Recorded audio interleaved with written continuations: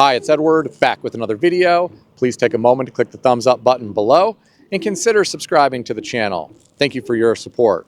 Today, I read an interesting article on Yahoo Finance, written by Robert Powell, titled, "More than a third of Americans say they want an adventurous retirement." According to the author, retirement is no longer just about rocking chairs, gardening, grandchildren, or afternoons on the golf course. Instead, it's evolving from what many consider a traditional retirement into something much more dynamic. Well, I wish these people the best. I hope they have a dynamic retirement. I think to stand a chance at being able to go on grand adventures during your retirement years, you better have a lot of money set aside. You better start at a young age socking money away into a retirement account and dollar cost average into investments throughout your working career. Some people, they think about the iconic $1 million. Well, $1 million, when applying the 4% rule, is only going to allow you to draw down $40,000 per year. Try living off that plus whatever you get from Social Security. I don't think you're going to be able to go on many grand adventures with that kind of money. You might have a hard time just sustaining yourself in a modest home that's paid off. Even if you have a home that's paid off, you still got property taxes, you got property insurance, you've got maintenance, you've got utilities, you've still got a car, you got car insurance, car maintenance, you've got food, clothing, medical. The list goes on and on. Life is expensive.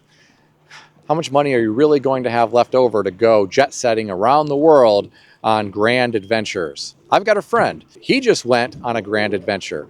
He went to Mozambique in Africa to go on a safari, and he spent over $100,000 to do so. And he had a grand time. I'm not a big jet setter. I don't want to travel all over the world on a regular basis. Sure, there are some places around the world that I'd like to go to. There are some places here in America that I'd still like to go to. I'm also happy doing things that are more local. If you spend enough time searching, you can find a lot of fun things to do within your city or town. Or you just have a short drive and you can find something to do in a neighboring city or town. Sometimes there's really cool festivals or really cool shows, or maybe some type of concert or something going on in the park. There are things that you can do that don't cost a lot of money.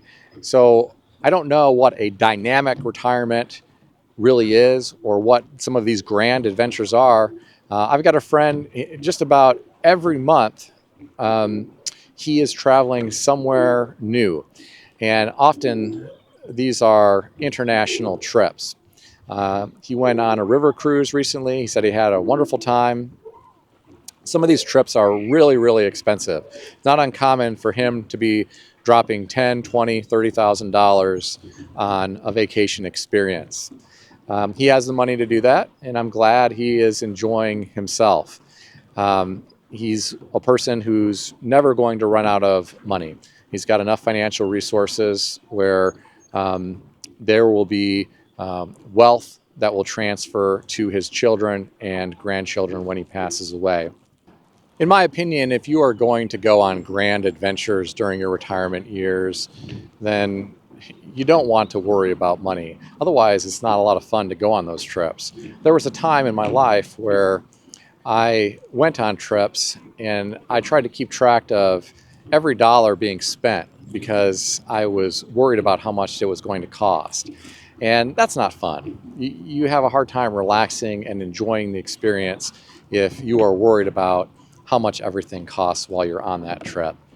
I watched a video put out by Grant Cardone in the past, and he's a big real estate investor, and he had the same thought as me. At one time in his life, he worried about how much the trip cost when he was on the trip, and then he was worried about how he was going to cover the cost of everything when he got back from the trip, and he had a hard time relaxing and enjoying the vacation versus now where he has nearly unlimited wealth and he doesn't worry about it. He's actually able to just relax and have a good time with his family, and he doesn't have to keep track of how much every meal costs on the trip, or how much each experience costs that he's participating in on the trip.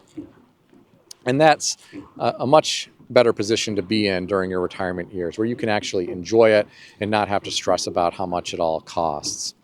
So in order to do that, I think you need to be very strategic. You need to start at a young age, and you probably want to get some professional guidance as well, especially if you are a novice to investing.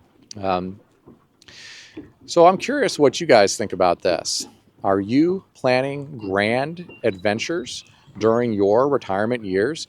Maybe you've already got all of that planned out and you are counting down the days right now until you are able to cease working and start your grand adventures. I just hope you have enough energy and your health holds out to allow you to enjoy all of those adventures after you retire. Now, a lot of people unfortunately develop health issues as they get older, and their dreams are interrupted because they're spending a lot of time going back and forth to the doctor, they're going to see specialists, or they're getting different treatments or surgeries. I have a lot of older friends that spend a lot of time doing that. Some have even told me they're busier now that they are retired than they were when they were working, and a lot of the time is spent going back and forth to different types of doctors, and it's just so unfortunate because that gets in the way of enjoying your life. So I think there needs to be a balance. People should enjoy their life now prior to retirement, but not go overboard. You still want to be able to have resources set aside for your future so that when you are unable to continue working, you've got enough set aside to sustain yourself, and not just sustain yourself, but be able to enjoy life. There's not much point in living if all you're doing is barely meeting your basic needs and you never have any money to do anything fun in life. If you have to stress about how much it's going to cost to fill up the tank, to travel to see your children or grandchildren, what kind of life is that? Versus having the financial resources where you can do just about anything that you want in life. I'd much rather see that for everyone. And it's certainly attainable for people who are strategic and work hard.